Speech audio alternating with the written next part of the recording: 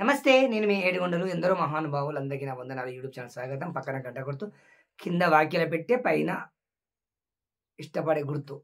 10 మందికి పంచడం మర్చిపోవద్దు.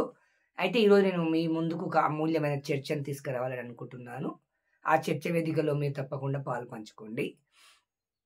దేశం కోసం, ధర్మం కోసం, సనాతన ధర్మం కోసం మన ఛానల్ కనుక ధర్మానికి సంబంధించిన అంశాలపై అప్పుడప్పుడు చర్చ పెట్టాలని నేను నిర్ణయించుకున్నాను. ఈరోజు ఒక అమూల్యమైన చర్చ మీ ముందు పెడుతున్నాను, మీ ముందుకు తీసుకొస్తున్నాను. ఇప్పుడు మీరు దీనిపై తప్పకుండా వ్యాఖ్యలు చేయాలి, 10 మందికి పంచాలి. ఏంటి అంటే,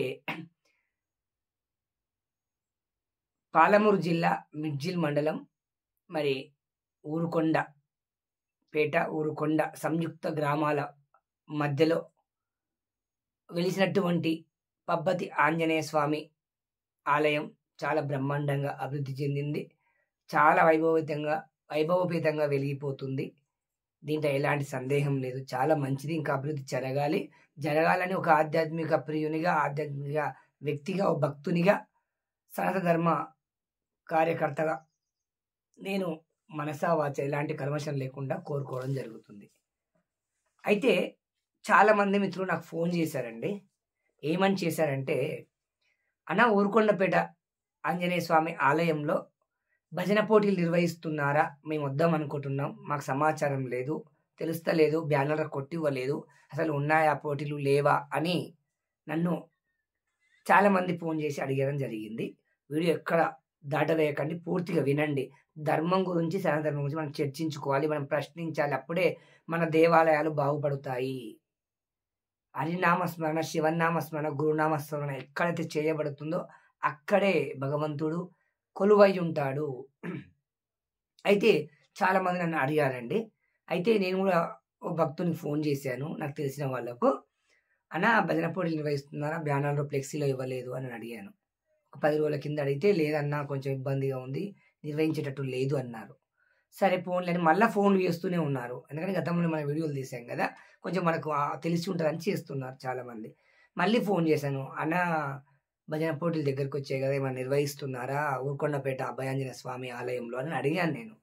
అంటే లేదన్నా, నిర్వహించట్లేదు అన్నారు.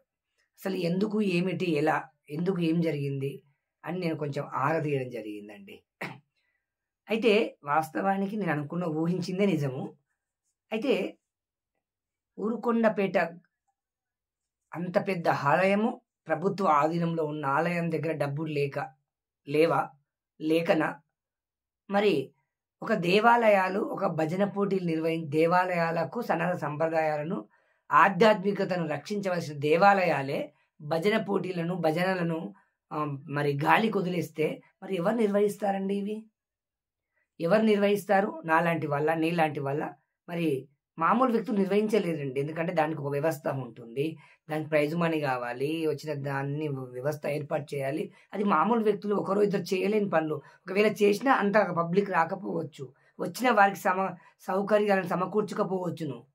మరి అలాంటిది అంత పెద్ద దేవాలయము, మొన్ననే పేపర్ ఇక్కడ చూశాను, కొన్ని కోట్ల ఆదాయం వచ్చిందని దాదాపు అని బ్రహ్మాండంగా పేపర్లో రావడం జరిగింది.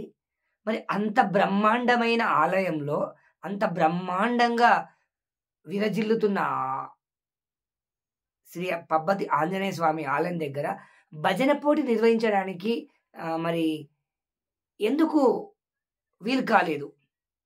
ఏమైంది మరి? భజన అంటే నీకింత చేదా, భగవంతుని పాట కూడా ఉంది, భగవంతుని కొలిచేటందుకు అంత బరువా? మరి అక్కడ అభయాంజనేయ స్వామి ఉన్నాడంటే అక్కడ అనునిత్యం ఎందరో మహానుభావులు భజన చేసినందుకు అక్కడ కొలువై ఉన్నాడు. మరి గత సంవత్సరం శ్రీవాణి సాంస్కృతిక సంస్థ ఆధ్వర్యంలో చాలా బ్రహ్మాండంగా, అద్భుతంగా భజన పోటీలు నిర్వహించబడ్డాయి. మరి మళ్ళీ ఏమైంది? అలాగే ఆనవాయితీ కొనసాగించవచ్చు కదా.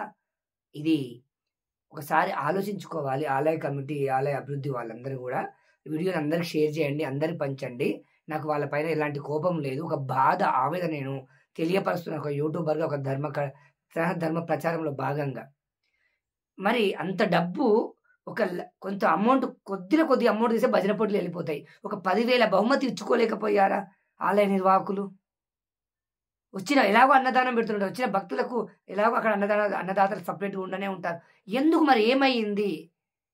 ఒక ఆధ్యాత్మిక కేంద్రమైనటువంటి పబ్బతి ఆంజనేయ స్వామి ఆలయం ఒక భజన పోటీలు నిర్వహించడంలో ఎందుకు విఫలమైపోయింది? విఫలమవుతుంది? దీన్ని ఆలయ కమిటీ సభ్యులు, ఆలయ ప్రతి ఒక్కరు కూడా 100కు 1000 సార్లు పునరాలోచన చేసుకొని తిరిగి వచ్చే సంవత్సరం మీకు చేత కాకపోతే బాధపడొద్దు. బాధపడకండి. ఫీల్ అవ్వకండి. నేను ఇలాగే మాట్లాడతాను.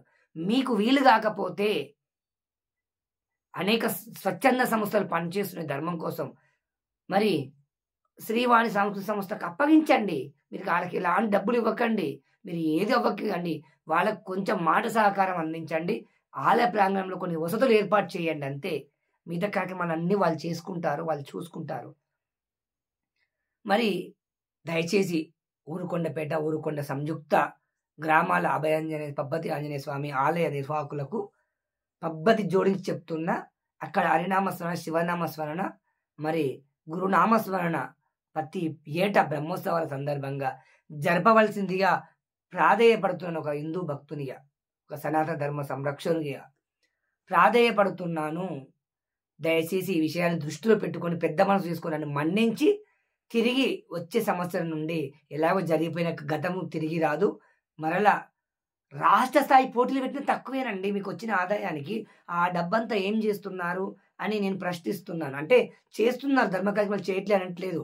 ఆ డబ్బు వినియోగిస్తున్నారు, సద్వినియోగానికి వినియోగిస్తున్నారు. ఇంకా ఆధ్యాత్మిక కార్యక్రమాలకు వినియోగించండి. ఎంతో మంది ఆలయం పిలుపునిస్తే ధర్మదాతలు వస్తారు ఆ భజన కార్యక్రమాలు నిర్వహించడానికి.